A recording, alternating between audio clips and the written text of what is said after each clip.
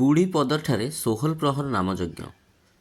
Bhawanipatna block ଅନ୍ତର୍ଗତ ଚହଗାଁ ଗ୍ରାମ ପଞ୍ଚାୟତ ସ୍ଥିତ ବୁଢ଼ୀପଦର ଗ୍ରାମରେ ଷୋହଳ ପ୍ରହର ଅଖଣ୍ଡ ନାମଯଜ୍ଞ ଅନୁଷ୍ଠିତ ହୋଇଯାଇଛି। ଏନେଇ ନାମଯଜ୍ଞ ପାଇଁ ବୁଧବାର ଶୁଭ କଳସ ଯାତ୍ରା ଆୟୋଜିତ ହୋଇଥିଲା। ଗୁରୁବାର ସକାଳ 7:30 ଘଟିକା ଠାରୁ ନାମ ଆରମ୍ଭ ହୋଇଥିଲା ବେଳେ ଶନିବାର ସକାଳେ ନାମ ସମାପନ ଓ ପୂର୍ଣ୍ଣାହୁତି ହେବ। ନାମଯଜ୍ଞ ଫଳରେ ଗାଁ ପରିବେଶ ଆଧ୍ୟାତ୍ମିକ ପରିବେଶରେ ସୃଷ୍ଟି ହୋଇ ହରେ କୃଷ୍ଣ ହରେ ରାମ ରାମ ରାମ ହରେ ହରେ ନାମରେ ଗୁଞ୍ଜରିତ ହୋଇ ଉଠିଛି।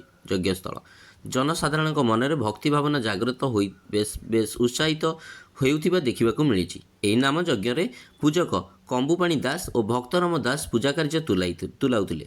ଏଥିରେ ଯଜ୍ଞକର୍ତ୍ତା ଭାବେ ଗିରିଧାରୀ ସାହୁ ଓ ତାଙ୍କ ଧର୍ମପତ୍ନୀ ବାରୁଣୀ ସାହୁ ଦାୟିତ୍ୱ ନିର୍ବାହ କରୁଥିଲେ।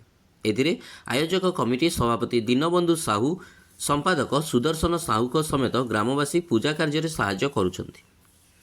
ବ୍ୟୁରୋ ରିପୋର୍ଟ, ଦି କେ ନ୍ୟୁଜ୍ 10।